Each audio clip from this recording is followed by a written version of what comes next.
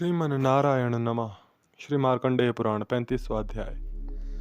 मदालसा बोली, हे अलर्क, अब तुम यह सुनो कि कौन सी वस्तु ग्रहण करने योग्य तथा कौन सी वस्तु वर्जित है।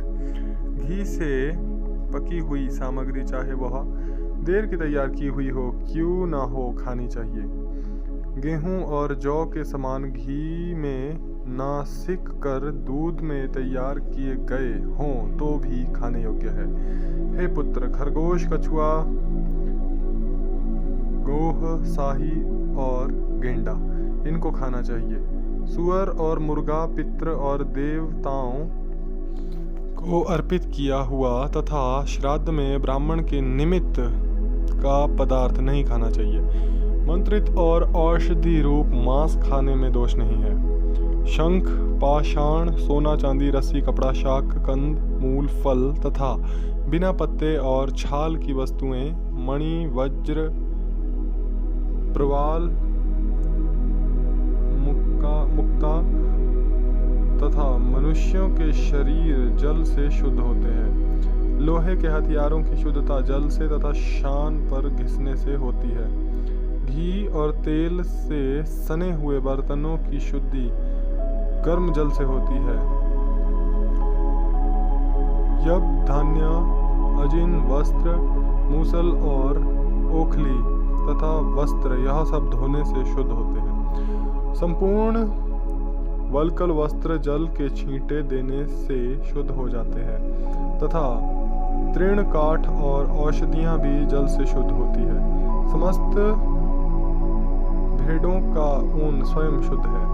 तिल का तेल लगाकर स्नान करने से भी शुद्धता होती है। चोट लगे मनुष्यों की शुद्धि जल से तथा सूती कपड़ों की शुद्धि क्षार लगाकर जल से होती है। लकड़ी, दांत, अस्थि और सींग अपने स्थान से हटते ही शुद्ध हो जाते हैं और मिट्टी के बर्तनों की शुद्धि दोबारा पकाने से हो जाती है। भिक्षा में प्राप्त वस्तु कारीगर के हाथ, बाजार की चीज और स्त्रियों का मुख सदैव शुद्ध है तथा गली में लाई हुई चीज वह चीज जो ज्ञात ना हो तथा दासों द्वारा लाई हुई वस्तु, अच्छे नाम वाली बहुत दिन की पुरानी अज्ञा वस्तुओं के साथ लाई हुई और छोटी वस्तु, अत्यंत प्रबल मनुष्य, बालक, वृद्ध और दुखित मनुष्य द्वारा किए हुए काम,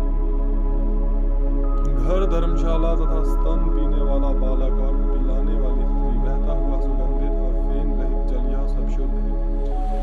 पृथ्वी की शुद्धि अग्नि से, बुहारी देने से, गोबर लिपने से, गोडने से अथवा छिड़काव करने से होती है और घर बुहार कर देवता के पूजन करने से शुद्ध होता है। जिस वस्तु में बाल अथवा कीड़े पड़ गए हों, किसी अन्य पशु ने सूंघ लिया हो अथवा जिसमें मक्खी गिर गई हो, उसको मिट्टी, जल या राख से साफ करना चाहिए।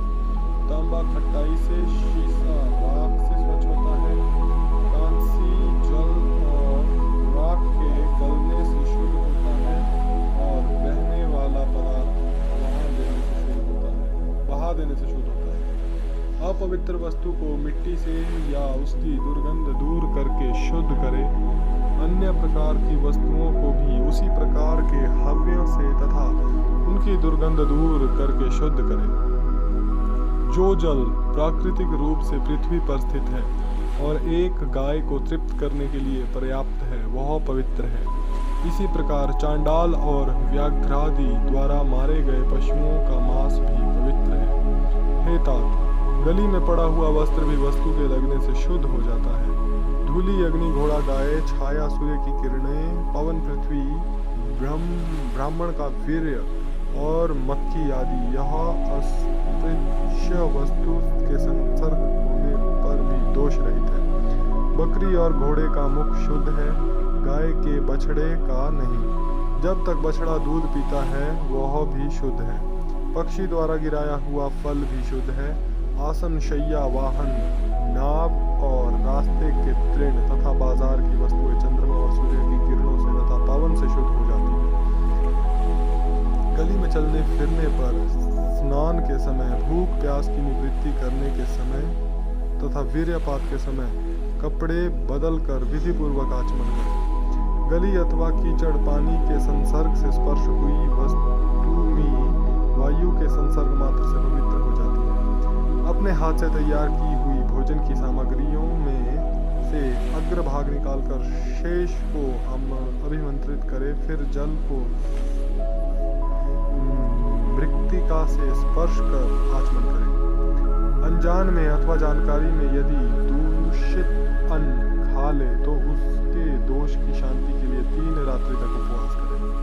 रजस्वला स्त्री, कुत्ता, गीदड़, जापे वाली स्त्री, चांडाल आदि तथा मुर्दे को ले जाने वाले, इन सब के छू जाने पर स्नान करे। मृत की हड्डी छूकर पुरुष तेल लगाकर स्नान करने से शुद्ध होता है, और यदि तेल न लगावे तो आचमन करे अथवा गाय को स्पर्श कर सूर्य का दर्शन करे। रुधिर, थूक, खंखार, वमन आदि को लांघ कर ना चले तथा बुद्धिमान मनुष्य कभी कुसम्य बाग बगीचे में ना ठहरे। मनुष्य को निंदित कर्म वाली विधवा स्त्री से वार्तालाप नहीं करनी चाहिए। जूठन, विष्ठा, मूत्र और पांव की घोवन को घर से बाहर फेंके। 5 पिंडों को दिए बिना देव खात, गंगा तथा अन्य पुण्यवती नदियों में स्नान ना करे। देवता, पितृ, सत, शास्त्र तथा यज्ञों और मंत्र आदिकों के निंदकों को स्पर्श करके अथवा उनसे बातचीत करने पर अपने को सूर्य का दर्शन करके शुद्ध करे। रजस्वला स्त्री, अंत्यज, पापी, मृतक, विधर्मी, जापे वाली स्त्री, नपुंसक, वस्त्रहीन तथा चांडाल आदि को देखकर तथा प्रसूति स्त्री की, सहचरी स्त्री और पर स्त्री में रत पुरुष को देखकर भी इसी प्रकार चतुर्मनुष्य आत्मशुद्धि करे। भोज्य, प्रसूति स्त्री, नपुंसक, बिल्ली, चूहा, कुत्ता, मुर्गा, पापी, कोड़ी, चांडाल और मुर्दा उठाने वाले से यदि धर्मात्मा पुरुष छू जाए तो स्नान करने से शुद्ध होता है। इसी प्रकार रजस्वला स्त्री, सुअर या प्रसूति के स्पर्श दोष से शौच करना चाहिए। जो ब्राह्मण को सताता है उसके घर में दिन पर दिन हानि होती है। वह नराधम पापी है, कभी नित्य कर्म न छोड़े। उसका केवल मौत या जन्म के समय निषेध है। मृत्यु अथवा जन्म से ब्राह्मण को 10 दिन, क्षत्रियों को 12 दिन और वैश्य को 15 दिन तथा सूतक मानना चाहिए, और शूद्र को 1 महीने तक अपना कर्म ना करके सूतक मानना चाहिए। इसके अनंतर सबको यथोचित रूप से जो जिसका कर्म है करना चाहिए। मृतक दाह करने पर सगोत्रों को चाहिए कि प्रेत को पहले, चौथे, 7वें और 9वें दिन पानी दे। सगोत्रों को चौथे दिन भस्म और अस्थियों का संचय करना चाहिए। इस संचय के बाद उसके अंग स्पर्श का विधान कहा है। अस्थि संचय के बाद समानोदक भी सब क्रियाएं करे और सपिंड स्पर्श मात्र करे, तथा जिस दिन मृत्यु हुई हो उस दिन समानोदक और सपिंड दोनों क्रियाएं करे। आत्मघाती शस्त्र से मारा हुआ, जल में डूबा हुआ, अग्नि में जलकर, विष पान करके अथवा ऊंचे से गिरकर मरा हुआ, और बालक, परदेशी, परिव्राजक, इनके मरने पर सद्य अर्थात फौरन शौच मानना चाहिए, तथा कुछ लोगों का मत है कि यह शौच 3 दिन का होना चाहिए। एक सपिंड के मरने पर सपिंडों में से दूसरा और मर जाए तो उन्हीं दिनों में पहले और पिछले की शौच क्रिया साथ साथ कर दे। जिस प्रकार पिंडों में पिंडों की क्रियाएं हैं उसी प्रकार समानोदकों की भी है। इसी तरह जन्म का सूतक भी माना गया है। पुत्र के उत्पन्न होने पर पिता वस्त्र सहित स्नान करे। यहाँ भी यदि एक का जन्म होने पर उसी कुल में दूसरे का जन्म हो जावे तो दोनों की शुद्धि साथ साथ होगी। ब्राह्मण, क्षत्रिय, वैश्य और शूद्र का क्रमशः 10, 12, 15 दिन और 1 महीने का सूतक माना गया है। ये और सब वर्णों के लोग विधि पूर्वक अपने अपने वर्ण के अनुसार क्रियाएं संपन्न करें। इसके बाद प्रेत का उद्देश्य करके एकोनिष्ठ करे तथा ब्राह्मणों और पंडितों को दान दे। अक्षय पुण्य की इच्छा से जो कुछ भी अच्छी वस्तु संसार में है अथवा घर में जो कुछ प्रिय है वह गुणवान को दे। क्रिया के दिन पूरे होने पर जल, सवारी और शस्त्र को स्पर्श करे।